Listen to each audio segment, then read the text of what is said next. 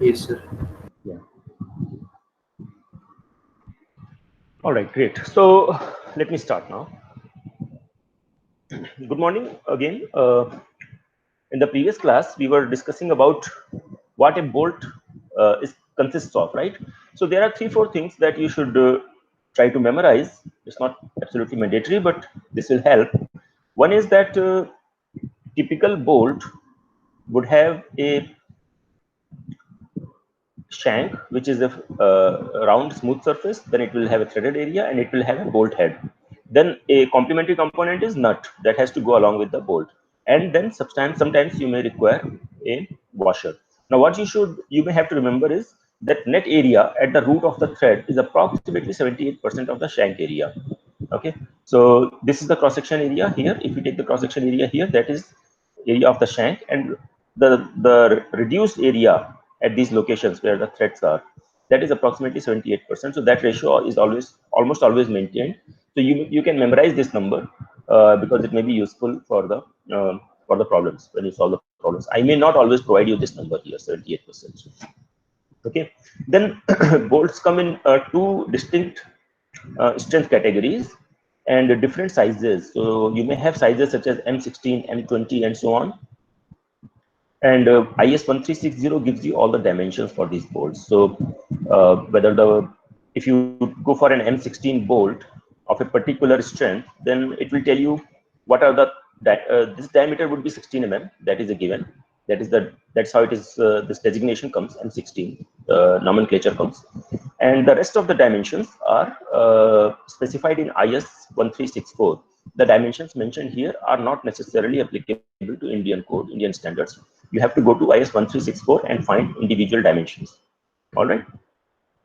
Um, the bolts come in two distinct categories, not distinguished, two distinct categories. One is below 800 MPa, another one is above 800 MPa. And when I'm saying 800 MPa, it is the ultimate strength. Okay, so the ones that are higher than 800 MPa are called high strength bolts, and there is a code that deals with that. So it provides you the tensile force required, or minimum tensile force required, and so on.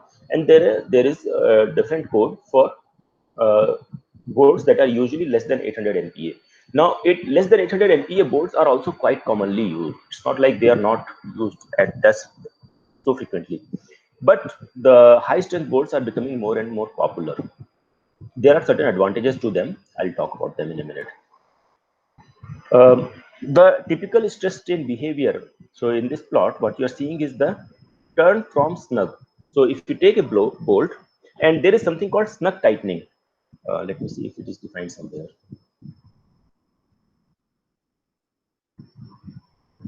Probably not.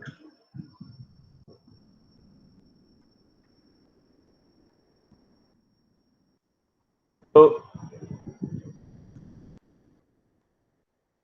what snug tightening means is that the worker who is basically, what it means is that you don't apply any deliberate tensile force in the bolt. And how will you get the tension in the bolt? We had talked about this in the previous class. So if you tighten the bolt just enough so that it holds the two components that you are joining together in place by manual force, that is called snug tightening. Okay, so you take a typical wrench. There is some name given to that wrench. I have forgotten that name. Spud wrench. Yeah. So ordinary spud wrench. Yeah. Here is the definition of snug tightening. I was so.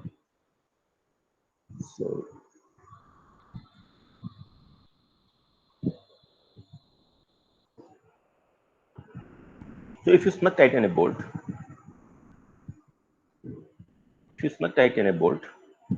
then basically what you do is you turn it by the maximum possible turns by hand using an ordinary spud wrench.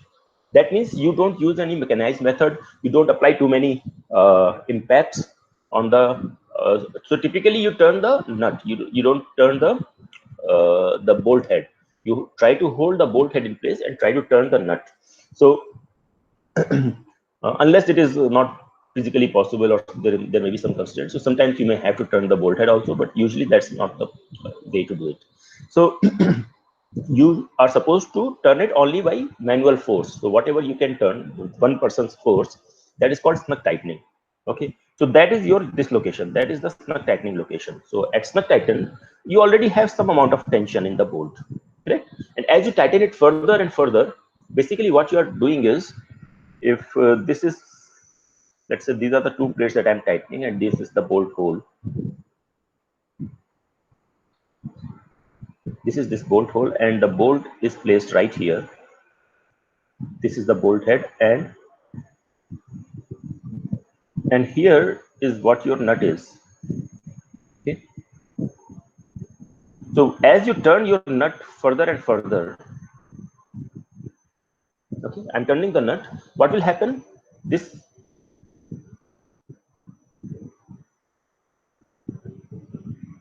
part of the bolt will start moving upward, but this part cannot move up. So this part, this head cannot move, but the shank will start moving. Okay, so as I tighten it more and more, the bolt will undergo tension, and as a result, the plates will undergo compression. So these plates will be in compression, and the bolt shank, this part, will be in tension. Okay, so turns correspond to tension applied. Okay, so if you plot the turns versus tension, this is how typically it develops, and it depends on two different types. So this is from the American standards, so that's why the values, the nomenclatures are different. This is A490, this is A325. Okay, but the behavior is not fundamentally different. So A325 is very similar to our lowest, our normal black bolts, and 490 is corresponding to our 880, something like that, bolt. Okay, so and as you do that, your tension force develops. Here the forces are given in kips. Here the forces are, these forces are in kips, and these forces are in kilonewtons.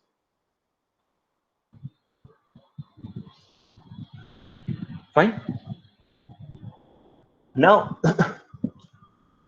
this amount of pretension, so the ordinary bolts, which are your black bolts, these are typically not required or not supposed to go beyond the snug tightening mode. So you are supposed to only snug tighten the typical black bolts or normal strength bolts. The high strength bolts, however, are usually required to be pre-tension. So you are supposed to pre-tension the high strength bolts. By how much? That is very specifically provided in different codes. I will talk about it. So one thing you must notice is that if you go for a higher strength bolt, two things happen. This is the behavior, the behavior that you see in this plot is basically turns versus bolt tension. So it is not really the real tensor, real stress strain behavior. But if you look at the stress strain behavior of a typical bolt, let me open another sheet.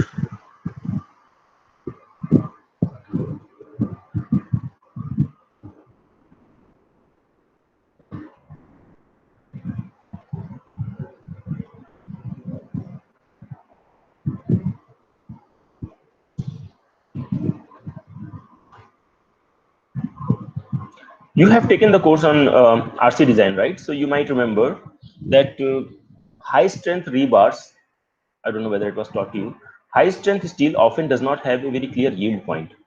Are you guys familiar with this concept? Can you please tell me?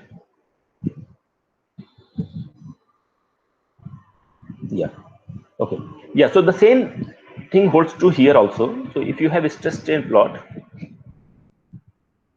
so a typical bolt would usually give you some kind of a yield plateau, very clear yield plateau. But a high strength bolt would not give you a yield plateau, and you will end up with a curve like this, assuming that this is straight line. Yeah. So then in that case, what happens is that you have, the ultimate stress value. You know the ultimate stress value. From there, you have to calculate a way to know what is the proof stress value. So basically, what is the proof stress? Typically, you take 0.002 strain, and then you draw a line parallel to this line, and that's how you define the proof stress. So let's say it cuts the curve here somewhere. So this becomes your proof stress.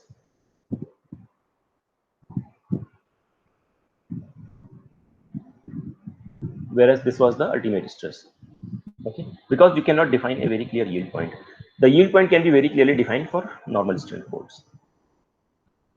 So this is a table that is available in IS 1367, which provides bolt properties for both high strength bolts as well as low strength bolts, normal strength bolts. Normal strength bolts may vary from nominal tensile strengths of 300 MPa to 400 MPa, 500 MPa to 600 MPa. Okay, then you get into the high strength bolt categories, which is 800, 900, 1000, 1200 MPa, and so on. Okay, so when you say nominal tensile strength is 300, during the experiment you should get at least a minimum tensile strength of 330, so that you classify as 300. Likewise, if you have 400, 420, then you classify them as 400. Okay, so the bolt that is 330 or 300 nominal tensile strength is usually designated as 3.6 bolt. Now, some of you might have noticed it already. If you have not, maybe I'll.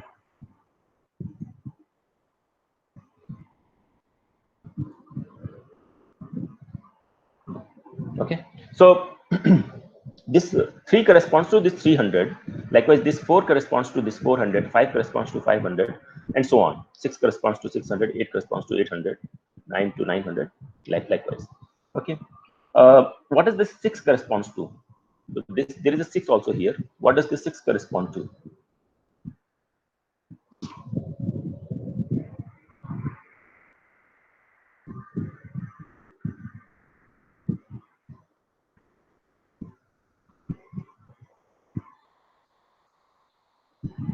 Please try to guess. Look at the other numbers. You may get some clue.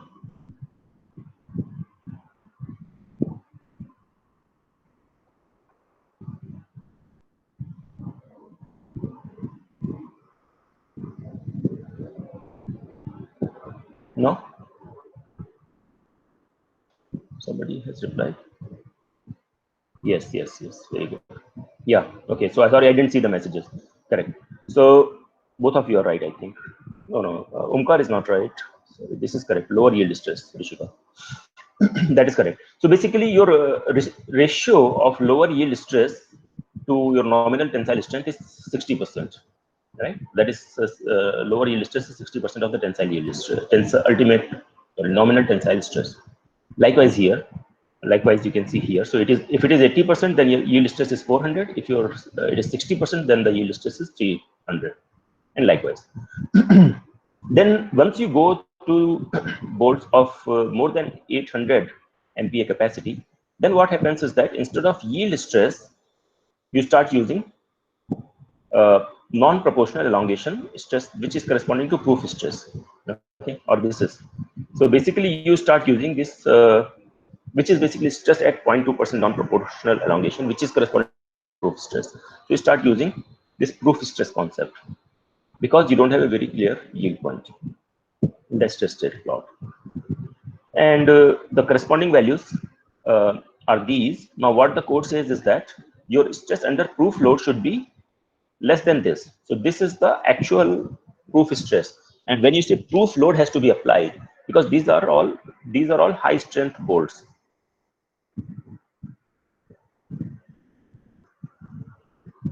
These are high strength bolts, right?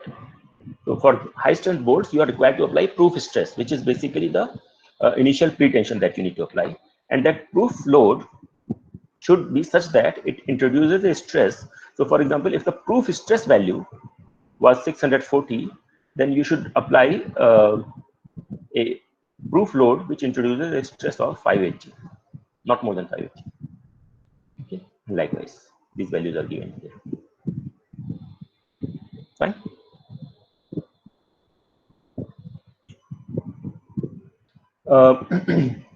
So if you want to turn the bolt or tighten the bolt beyond the snug fit, then you have to use some kind of a torque wrench or some kind of a mechanized way. It becomes impossible to turn it by manual force. So you have to go for an impact wrench or a torque wrench. Okay, so you can again go to YouTube and try to find what an impact wrench looks like, how it behaves. So it is basically again a kind of a drill machine, just like any other drill machine, which rotates, but at the end it has some kind of a socket which hold on to the nut, and then it tries to turn the nut through impact. So it does not apply a constant uniform force, it tries to turn it with number of smaller impacts. And basically what you are supposed to do is, if you want to apply certain amount of pretension, you go to the codes provide you the amount of or number of turns required to develop the minimum pretension force. So basically you have to monitor the amount of turn you are giving to the nut, and that will suffice, and that will guarantee the development of the required tensile force or pretension force. Okay, there is another kind of a wrench which is known as torque wrench. This is this one. So a torque wrench typically applies a constant linearly increasing amount of torque which will slowly turn the bolt. It is not an impact kind of a wrench. But if I have seen impact wrench being used much more frequently than torque wrench. I don't know the reason for that. Maybe you can find it on your own.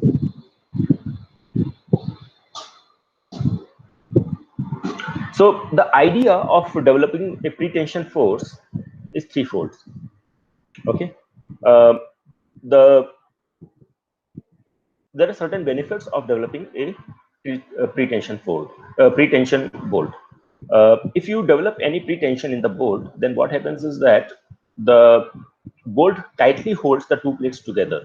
Okay, so any any slipping between the plates becomes relatively unlikely.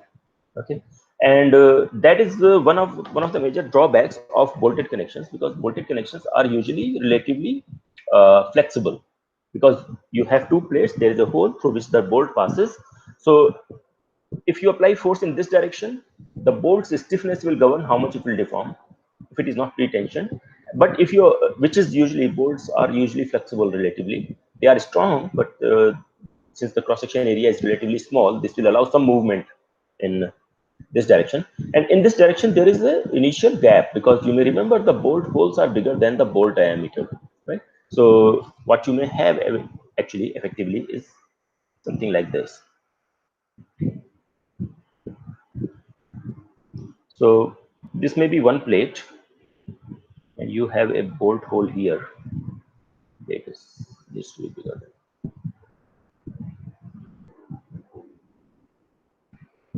One plate, you have a bolt hole here.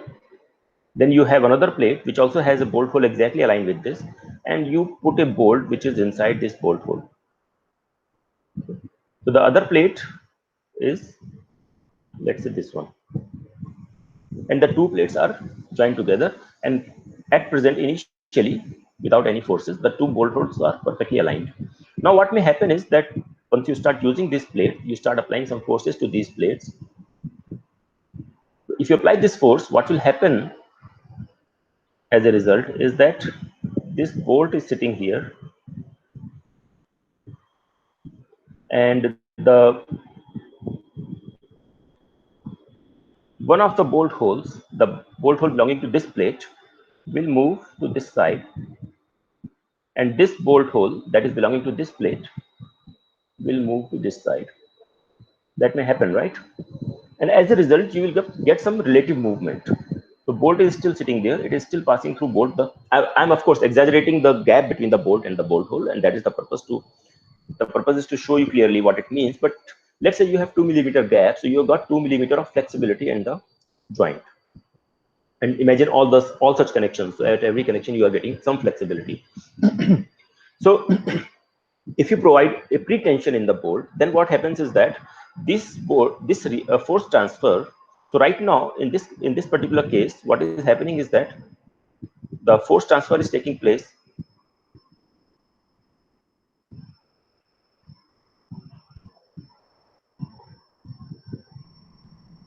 in this condition. The force transfer is taking place through bearing at this surface, and at this surface.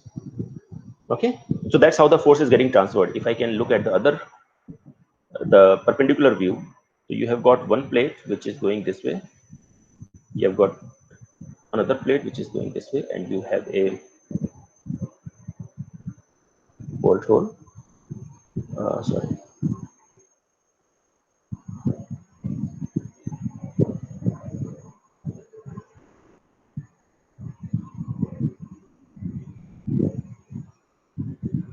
If you can imagine this, so basically what you have got is one hole which is located here in this plate, and another hole that is located here in this plate. Okay, and your bolt is actually, maybe I exaggerated it too much, right? And the bolt is actually located here.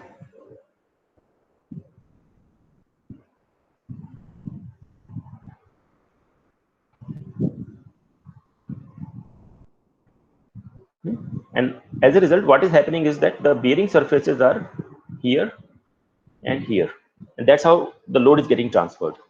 You apply a tension force here and a tension force here, and the load gets transferred from this plate. The load gets transferred here at this surface to the bolt, and then from the bolt it gets transferred to this surface and to this plate. That is a bearing kind of a force transfer mechanism. Alternatively, you may have a different mechanism which can be achieved by tension development, but by pre-tension. You have one plate, then you have another plate. Okay. You have initial, you have the holes which are aligned perfectly in the beginning. Then you get the bolt. Maybe I'll draw the bolt. Then you have a bolt.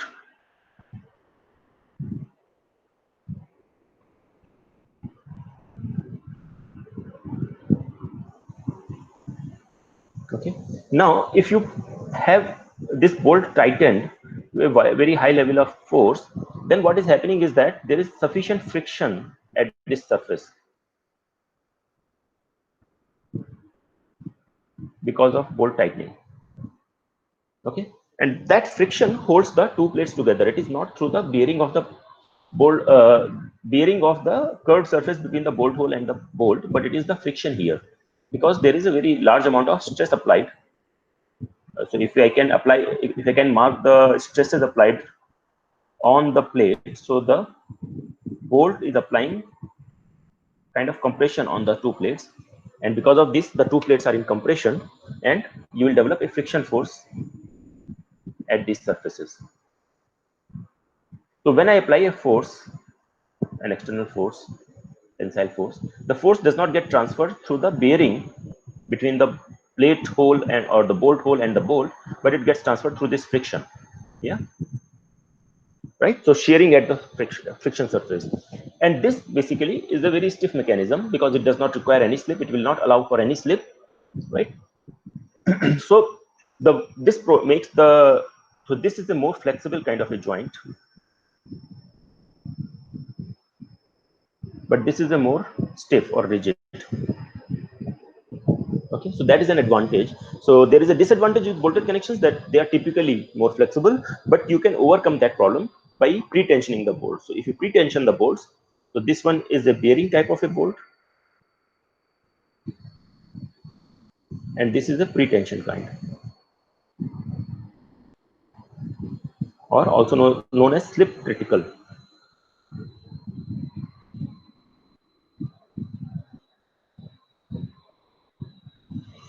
Okay, so this is what they are called. They are called non-slip or slip critical connections. Otherwise, it is called bearing type of connection. Okay. Now, I had said there are three ways you can understand this thing. Now, one is that, of course, you want to make the bolted connection stiff by providing pre-tension. The advantage is that you don't get any additional slip. Also, the force transfer is taken care of by the friction between the two plates. The way you can design a slip critical connection is in two different ways. One is that you design a slip critical connection in such a way so that for the ultimate or the limit state of failure, so for example, you have certain amount of force coming onto your member, that is your design forces. Now you may design enough number of bolts, you may provide enough number of bolts so that the friction force between the plates is sufficient. You pre-tension them sufficiently that the friction force between the plates is sufficient to transfer the entire design load. Okay. So under service conditions, under ultimate conditions, the connection will resist the forces using only the friction. The alternate approach can be then okay, I don't like to have any movement in my structure under service conditions. However, when it comes to ultimate loads, the limit capacity, the limit state loads, in that case I'm okay with some some slip between the connections, because typically the first approach that I just explained may lead to a very large number of ports. So you can reduce the number of ports. What you may do is that under service conditions, the mechanism for load transfer will be this one. But under ultimate loads, then the mechanism of transfer will be this one. Because under ultimate loads, anyway, something is going to yield, something will happen, so the structure will deform a little bit. I'm okay to accept deformations under ultimate loads. So I'll allow the force to be transferred through this bearing mechanism. So this is this turns out to be sometimes a more efficient approach. Okay. Typically, the pretension is supposed to be approximately 70% of the ultimate tensile load. It's not always true. I'll go to, so in the previous table, you saw the ultimate stress values, right? So you can compare whether it is exactly equal to 70% of the ultimate stress. So if I take, I'm just using a calculator right now. So these are all the high strength bolts, right? For high strength bolts, the stress that is required is 580, and 580 is what percentage of 800? 72%. So this is approximately 72%, and 600 is also about 75%.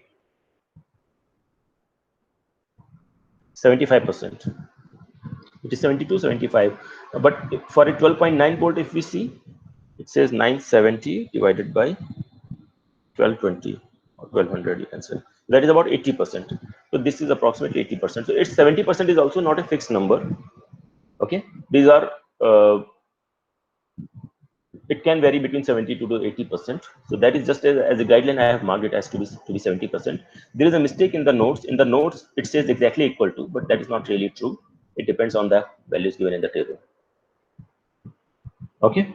Now, how in the field you may not know how much force has developed in the bolt. See, you may calculate it and you may assume that this force is going to be developed, but in the field it is impossible to know how much force has developed in the bolt. So there are some guidelines given. There is a different code, IS 4000, which gives you the number of turns required to develop the minimum tensile stress, so or minimum tensile pre-stress. So here it has two different tables. The first table basically tells you that if it is, so this code is available only for two grades of bolts, 8.8 and 10.9. So only for this 8.8 and 10.9. Only for these two types of bolts, this code is available. The data is available. So for 8.8 type of bolt, minimum tension force should be this much. Okay, and if you calculate, so for example, and that is the diameter of the bolt. So if for a 16 mm diameter, you should develop at least this much of force. Minimum bolt tension in kilonewton for property class of 8.8 and property class of 10.9, and different diameters. These are the 94.5 and so on. These are the values given of the bolt tension. So let me take the example of 8.8. Okay, so if I take, maybe I can try to solve it here. So if I take 94.5, that is the force, divided by area. What is the area? 3.14 multiplied by, let's say, M16 bolts. So the area would be 8 into 8 squared, right? So 64. So how much is the stress? If I take instead of 94.5, I'll take into 1000, right? So 94500 divided by 3.14 divided by 64. That is 470.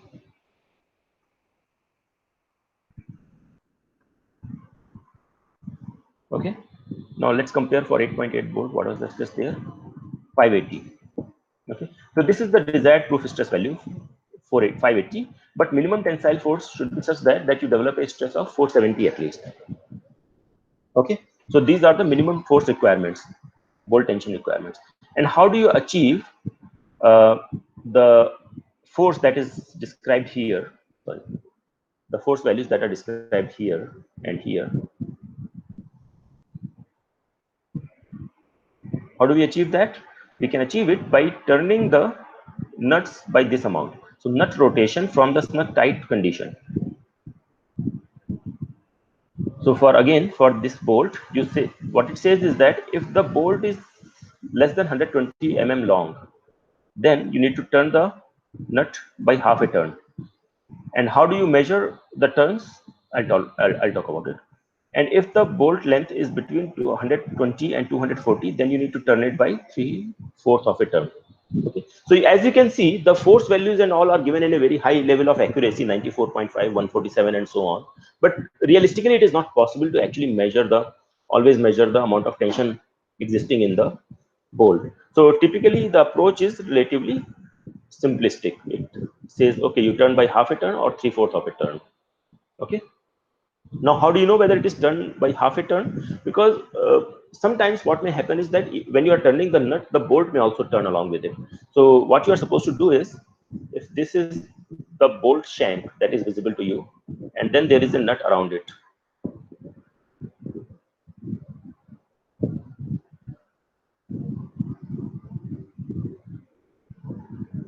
Yeah. So what you do is you mark with a permanent marker, you mark a line here, which is aligned with another line here.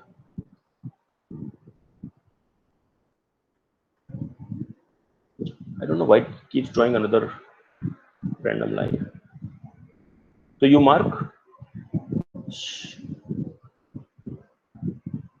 create a mark like this, which is common between the two components, between the shank and the nut, and then you start turning the nut. So from here, since this line, even if the bolt rotates, this line will rotate. If the bolt does not rotate, this part will not rotate, but this part will rotate, and then you measure by how much. So if it is half a turn, you will end up with,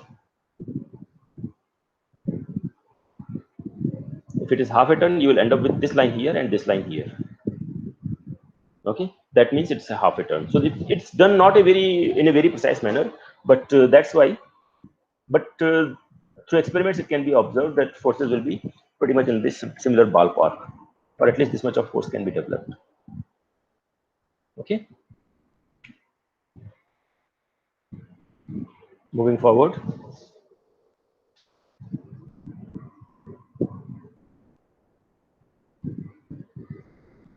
So again, going back to what are the advantages and disadvantages of bolts.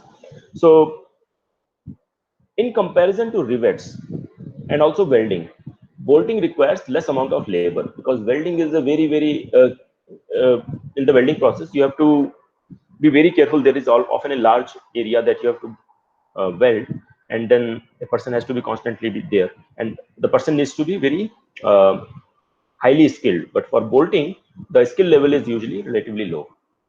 Okay, so less labor intensive plus low quality labor, less skilled labor, unskilled labor can be used for bolting. But for welding or riveting, you need higher skill level. Another advantage, which was actually a disadvantage, but you can turn into an advantage if you go for a no slip or slip critical kind of a connection. So if you go for a slip critical kind of a connection, then you can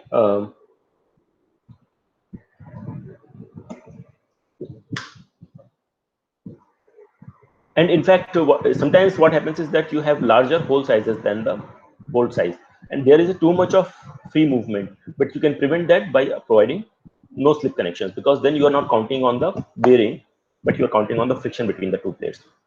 Fabrication process is now noiseless, so it can be done in densely populated areas also. Otherwise, for example, if you are going for a riveting kind of a connection, there will be a lot of complaints about high noise level. And most important part is replacements are easy. So if you weld two plates together and tomorrow you have to separate the plates, remove the plates for any repair work, it's impossible, right? So you have to cut it. That's the only way. Cutting a component from an existing structure is very difficult, right? So you have to bring in your entire setup to cut these things apart. But if it is bolting, then you can simply unbolt it. Okay, the disadvantages are of course you have to drill holes in the plate, so, or the plates that you are joining together. So in comparison to welding, so in riveting also you have to drill holes. So this is not a disadvantage with respect to riveting, but with respect to welding, your net cross section area gets reduced. Net cross section area gets reduced. Okay, and then drilling of the holes. So I was saying that bolting is a less labor intensive affair, but that is true only on the field. But when you have to drill the holes, that is of course very labor intensive. The advantage could be that it can be done in a workshop at a with a very high level of precision. Okay, but that also takes a lot of effort. Loosening of the bolts is a major issue. So this happens to especially all the structures which are subject to vibrations continuously. So bridges, or even under very heavy winds, you may see the vibrations imparted by continuous heavy winds, and such kind of structures can suffer from this problem of loosening of the bolts. And in fact, for all such kind of bolted members, this is a part of a regular inspection chart where they have to go and monitor whether the nuts have loosened or turned back a little bit. So basically, as I had explained, you are supposed to put some marker, right? And those markers should be usually be permanent. So if the marker is permanent and is visible after like every year, they are supposed to maybe mark it again. But you are supposed to keep monitoring it and see that the nuts are not turning or loosening. Okay. Misfit is a major issue. So you require a very high level of precision again in comparison to welding. So in welding, for example, if you have a misfit, let's say I wanted to weld two plates together. If I wanted to weld two plates together, okay, this is what I wanted to weld. All I needed was, let's say I wanted them to be here, but actually it turned out that this plate is actually here. Then what is the problem? There's no problem actually. I can simply weld it right here. As long as it is not creating any other issue anywhere, I can simply weld it here. It will work perfectly fine. But with bolted connections, that is not feasible. I was supposed to have these plates coming up to here, and that's how I had drilled a hole. This was the location of the two holes. And now if this plate is actually coming, instead of coming here, this plate turns out to be, because of some other issue somewhere,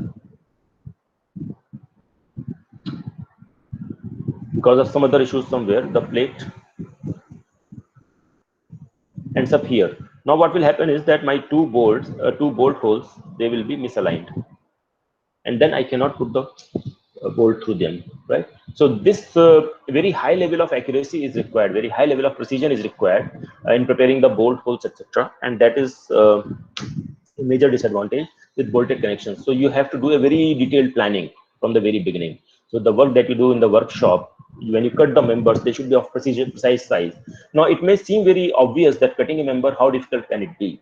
But cutting a member is not same as marking the member length. So marking of the member length can be done very accurately. So you want a member to be 5 meter long, you can mark it very accurately to be 5 meter long. So you take a let's say you have a 5.5 meter long member, you put a mark exactly at 0 location, and you put another line at 5 meter location. That is perfectly okay. You can do it with 1 millimeter accuracy. But when you start cutting it, the typical methods that are used for cutting are, so oftentimes you don't use machining. If you can use machining, nothing better than that. But machining is very time consuming, and it is very expensive also, because machining basically means there is a tool that you are using which is getting consumed continuously, right? So any tool or any kind of a any tool would have some tooth, and those teeth will get damaged in the machining process.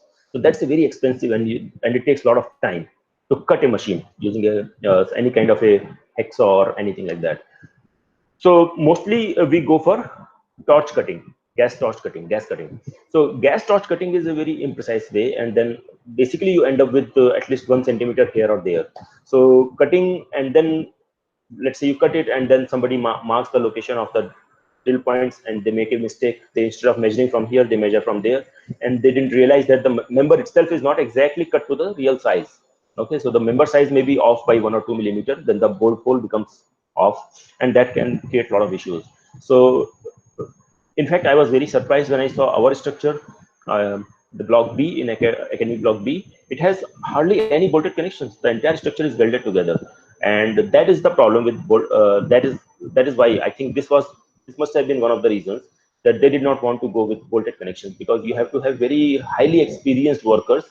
They should understand. They should try to figure out the mistakes the other person can make, and they should, so at every step you have to correct the mistakes that could have been made in the previous step. You have to anticipate and correct those mistakes. Okay, so you cannot simply count on on the drawings blindly. Okay. Now there are various ways. Just like I said, you can cut the member to a certain size by using machining or gas cutting. Similarly, holes can be created by either drilling, that is the most common way, or punching. So punching can be done for very thin plates. So if you have a plate of, let's say, maximum 3 millimeter or so, then punching is an efficient way. If it gets to much thicker size, more than 5 millimeter or so, then punching becomes relatively less efficient. And gas cutting. So gas cutting is still quite common, but gas cutting for a hole that is going to be bolted, I have not seen that. I have seen it to be used for other kind of holes. So let's say you want a hole to pass a cable or something. So you just need a hole. You don't care about the exact size of the hole. Then you can use gas cutting, because gas cutting is again not a very accurate way of cutting. I'm talking about all these phrases: gas cutting, plasma torch.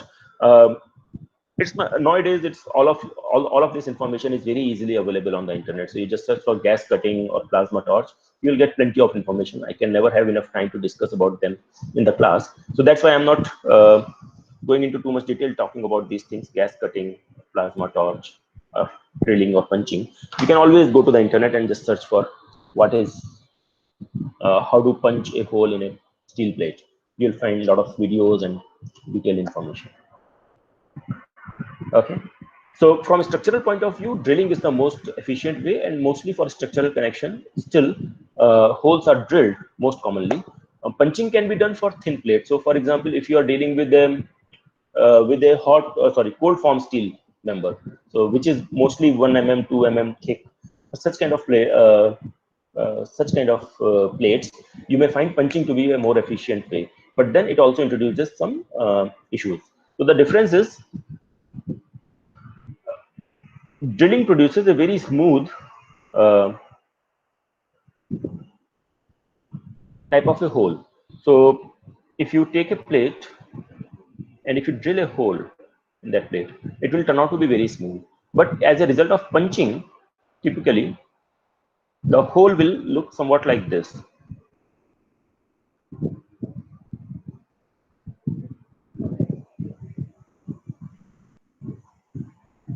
So it will have, it has this small fissures kind of a cracks appearing on the surface. So it will not be a smooth crack, and that is obvious because you are suddenly applying a punching shear on the plate, which will lead to some cracks. And in a gas, when you use a gas torch to create a hole, depending on the size of the hole, you may have very uneven surface. So this surface will be relatively uneven, and you can see if you see any surface that is cut with a gas torch, you will see that's how uneven it is, gas or plasma torch. So, and another issue is that in punching, you introduce some plasticization to steel, but that is not very good, but still that is okay. But with gas torch, you subject it to very high temperatures, and some because you may know that metals, they are often treated with heat treatment, right? So when you heat it beyond a particular temperature, any metal, its properties change, and the structural member is created by cooling it down, by heating it and cooling it down under a certain regime. So they cooled it down at a certain rate, and that's how they achieved it. But now, if you do it without any kind of a control in cooling, during the cooling phase, there may be some changes to the material property of steel property. That also you have to be careful about. Okay, punching is a cheaper and quicker alternative, but also it has some disadvantages as mentioned here. So this is the punch surface. This is a drilled. This one is a drilled surface. This would be a punch surface. This will be a typical gas torch kind of a cut. Okay. So if I can go to table number 19 for a minute of IS 800.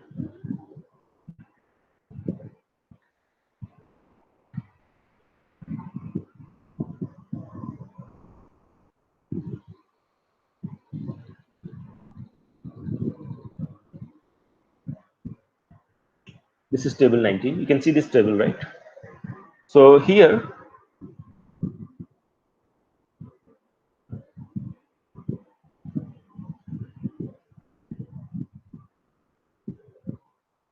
it provides you the bolt hole sizes for each bolt size, which I've already discussed in the past, right? We have discussed that. So the clearance required for standard clearance This is oversized clearance, and these are the clearance for slots. So you may have a short slot, you may have long slot, and accordingly the clearances are given. Okay. How do typically bolted joints carry loads? So it depends on what kind of forces you want to transfer through a bolted joint. So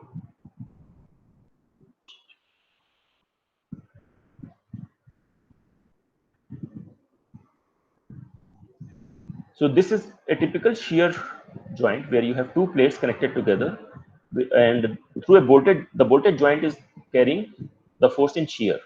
You understand? So this is called a single shear kind of a connection.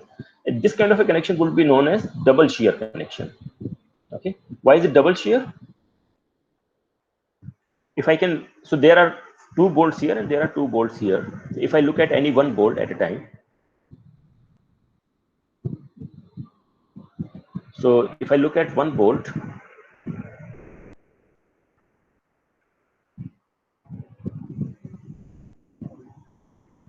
there is one plate connecting this way, then there is second plate coming this way, then there is a third plate coming this way.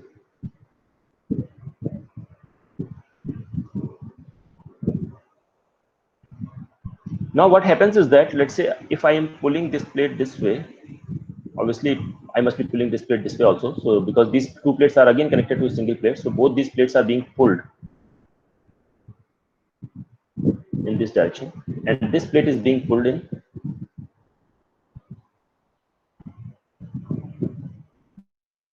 this plate is being pulled in this direction. Okay. If I look at the bolt, the way bolt will be bearing these forces are, here it will be subjected to this force moving forward. Here it will be subjected to forces from this side, and here it will be subjected to forces from this side, which effectively means is that this surface and this surface will be transferring these forces in shear. The bolt surface, the cross section of the bolt. Okay. So the cross section of the bolt will be carrying shear at two planes. One plane is here, the other plane is here. Okay. So that's why this is known as double shear. This is single shear because the bolt has, this is my bolt,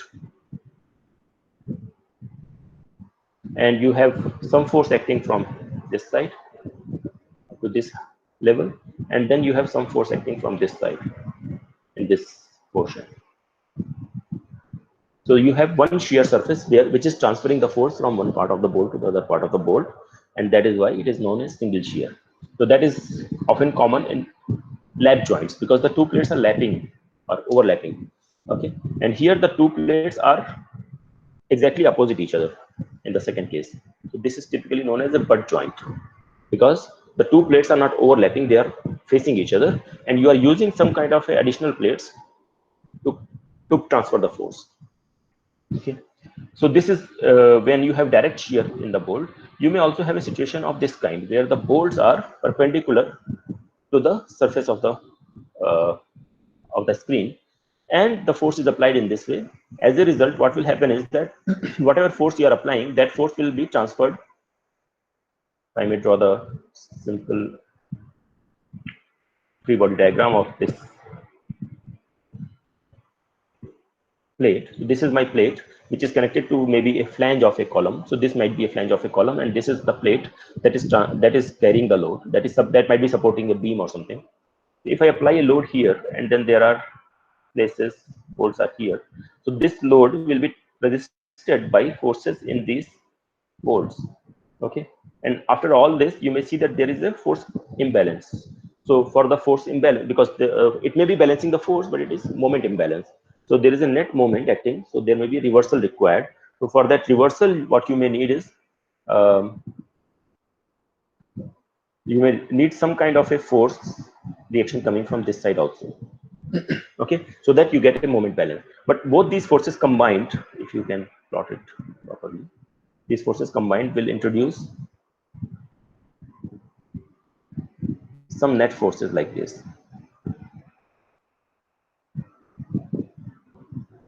Okay. Applied from the bolt to the plate. Okay, so but these forces, as far as the bolt is concerned, they are all shear forces. So again, you may have shear forces in the bolts through this mechanism. Then you may have a possibility where the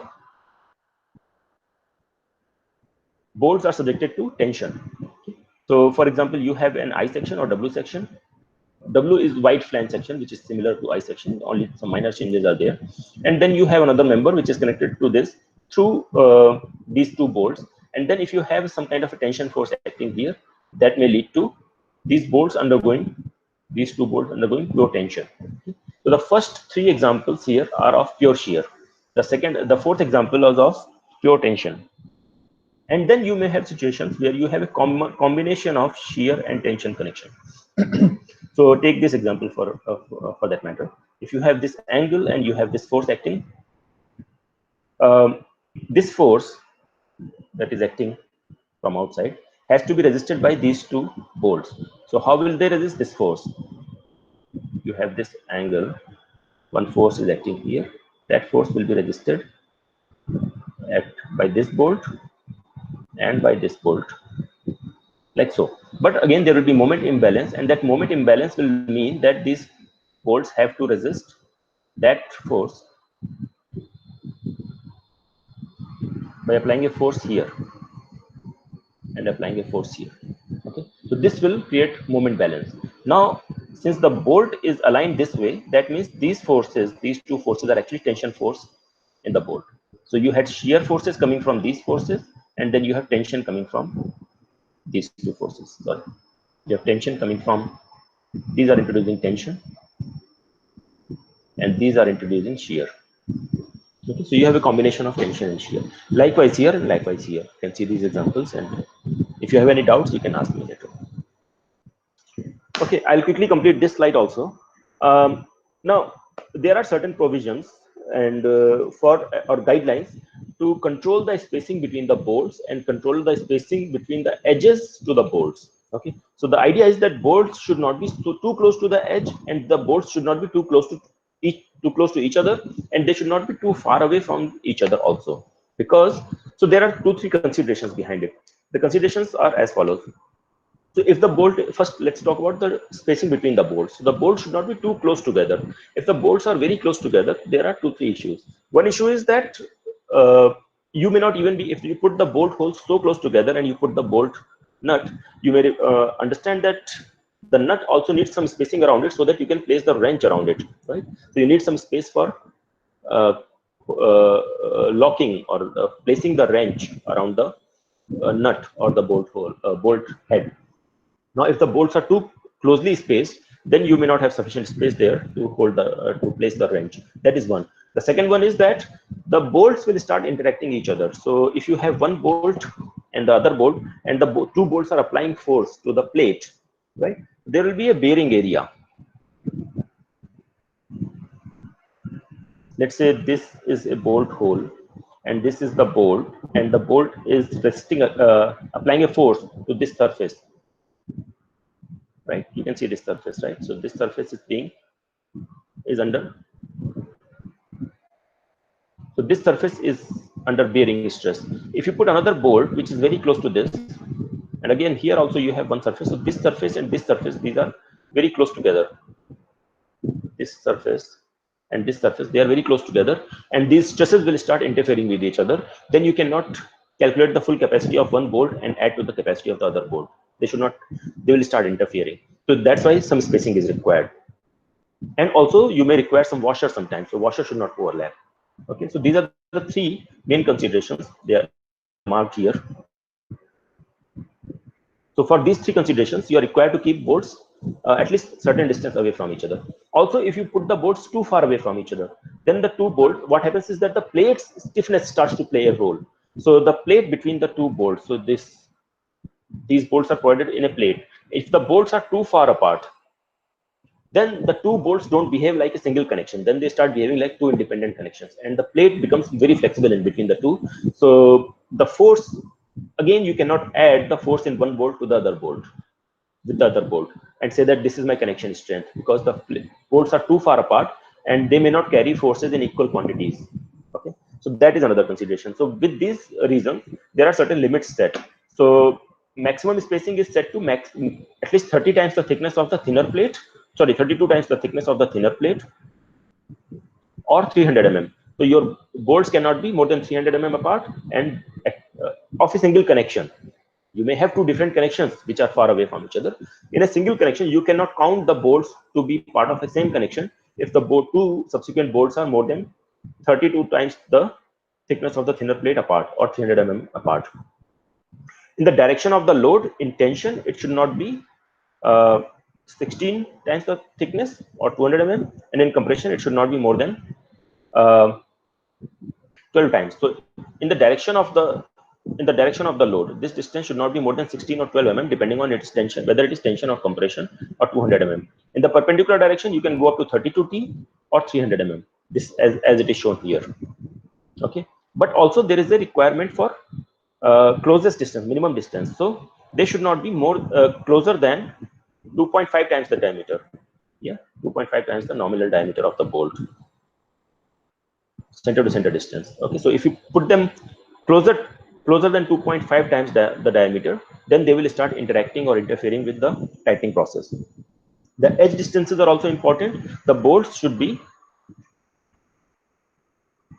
so if the edge of the plate is rolled or machine flame cut, okay, so if it is cut very nicely, so either it's a rolled edge which is through a hot rolling process, or it is machine flame cut. So even if it is gas cut but using a machine, not a hand cut, okay, in that case you can expect this edge to be relatively smoother. Then you can be you can come almost 1.5 times the diameter of the hole. So the center of the hole can be as close as 1.5 times the diameter of the hole. That means the clear distance would be D0. So you can come almost as close as D0.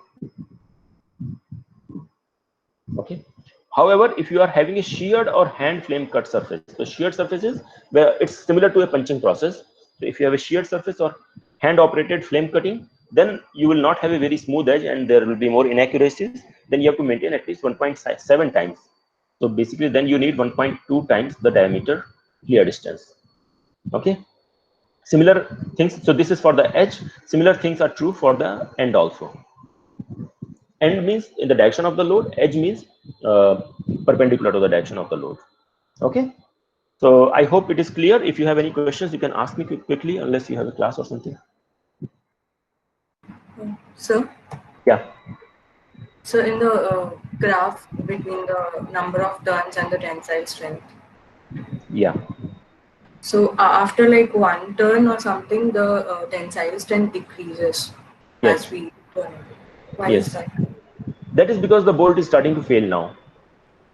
So that typically material behaves this way, right? So if this is the strain hardening part, then after you have failure. So that is what this is. It is plasticizing. Anything else? Sir, go ahead. Who is it? So in the minimum spacing part for the bolts, what do you exactly mean by stress interference? Stress interference.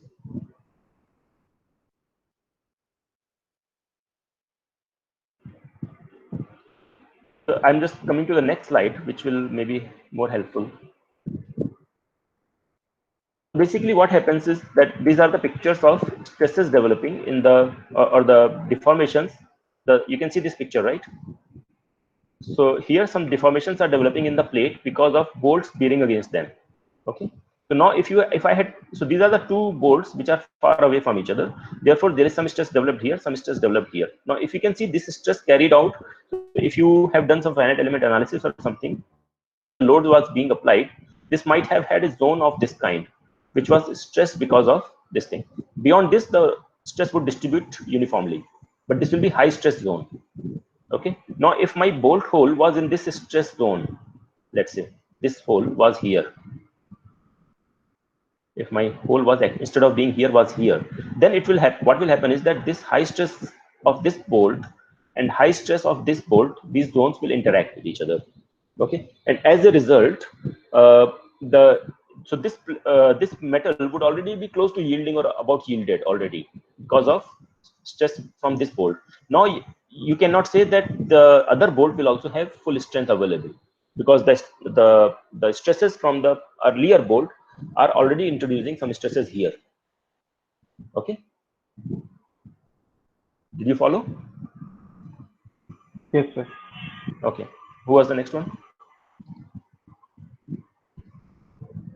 How are fixing the press stress value? Pre-stress value. Like in the field, or you are saying how are we deciding that? How does the code decide it? Santosh?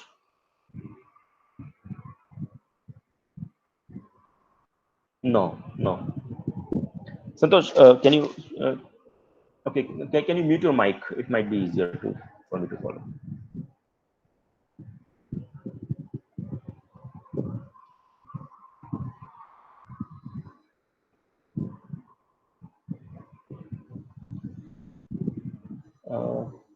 So basically, Santosh is asking, how do we know in the field how much pre-stress is there? And it's not very easy. There are some methods, but it's not very easy. Sometimes you may have to provide some kind of a, basically in the, when we do the experiments, there are some kind of load cells available which we place instead of a washer.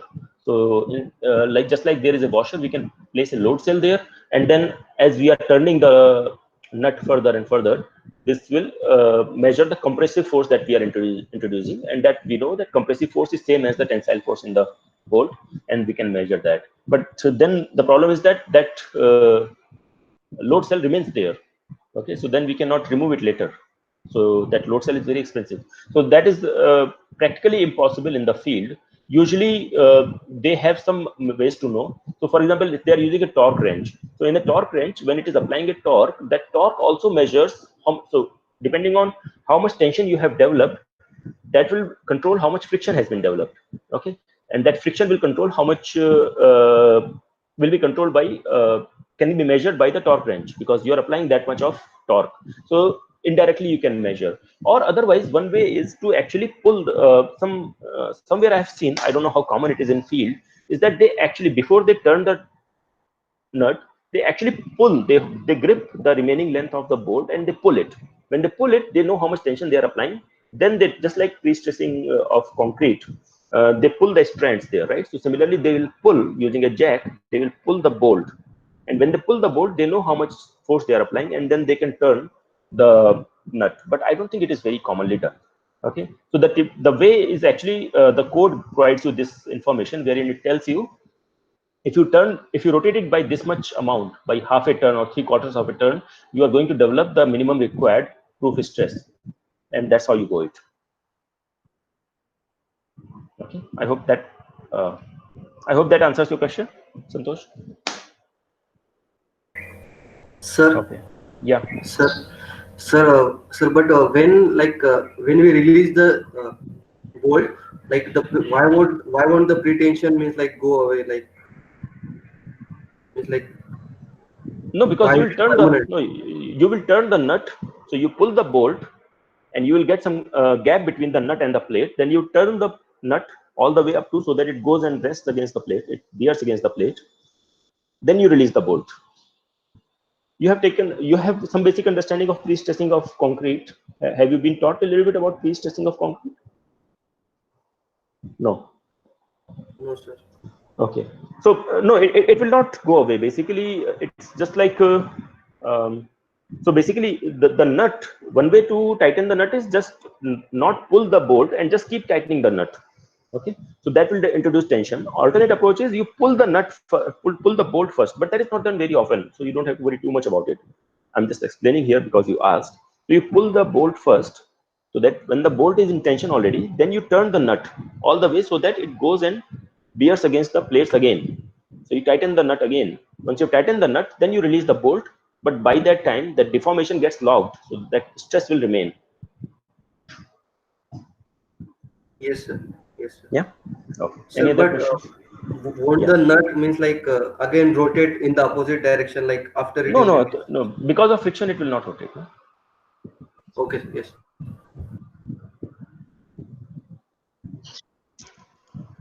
Any other thing? Hello. Hello. Yes. Sir, actually, how are you fixing that value? Actually, that value depends upon the friction, right? The pre-stress. Which value you are saying? Can you see my the screen? same thing. The previous slide, sir. Previous. This one?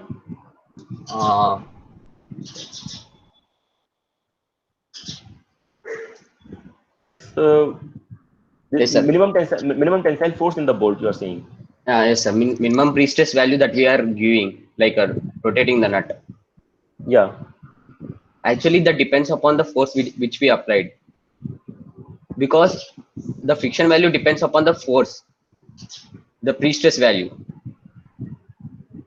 Which force? There are several Actually, forces. the friction value will be friction coefficient into the normal force. Stress. Yeah. Normal stress of force.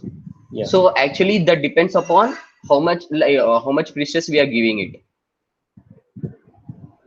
So in order to not to slip the plates, yeah, this friction value should be greater than the force applied. Correct. So obviously, Santosh, I understood your question now. Yes, sir. So basically, what you are saying is that there is a force P applied here, or yes, force yes, whatever you want to call it, F applied yes, here, sir. and then you are applying a pretension here, and you are Yes, saying how much pretension to apply should actually depend on the force and this not force simply on which the we are bolt. applying. Yes, sir. I take your point. So the approach that is followed here is, if let's say you need force, so basically with this force and with the friction and everything, I find out that let's say friction coefficient is 0.5 multiplied by T is going to give me the capacity against friction. Yes, sir. That is the friction value. Friction. Yes, sir. Friction capacity. Yes, sir. Yeah, friction resistance, and the demand is F. Yes. Okay, and let's say my F value is greater than 0.5 T. So what I do is I provide one more bolt. So this, what you are saying, basically governs how many bolts I need. Okay. Okay. So that's what is used to calculate the number of bolts. And this is this table that you see, table 4 here, is basically telling us how much tension can be available in each bolt. Table 3 basically. Table 3 is saying how much tension can be available or should be available in each bolt. So once we know the T in each bolt, we can simply take F divided by T. That will give me F divided by 0.5 T or whatever, mu T, I can let me call it mu T. So F divided by mu T will give me the number of bolts. I'll talk about that later when we get to that part. How to design Instead of increasing the number of bolts, can we increase the pre-stress value so that it may decrease the number of holes also? No, so then see, the thing is that you cannot go beyond the proof stress level, because then you have a risk of bolt failing. Okay, sir. Okay, sir. Right, so you cannot go beyond that, because soon you will reach the ultimate stress of the bolt and the bolt will fail. So you don't want to go that far. Okay, sir. Okay. All right. Sir, anything else?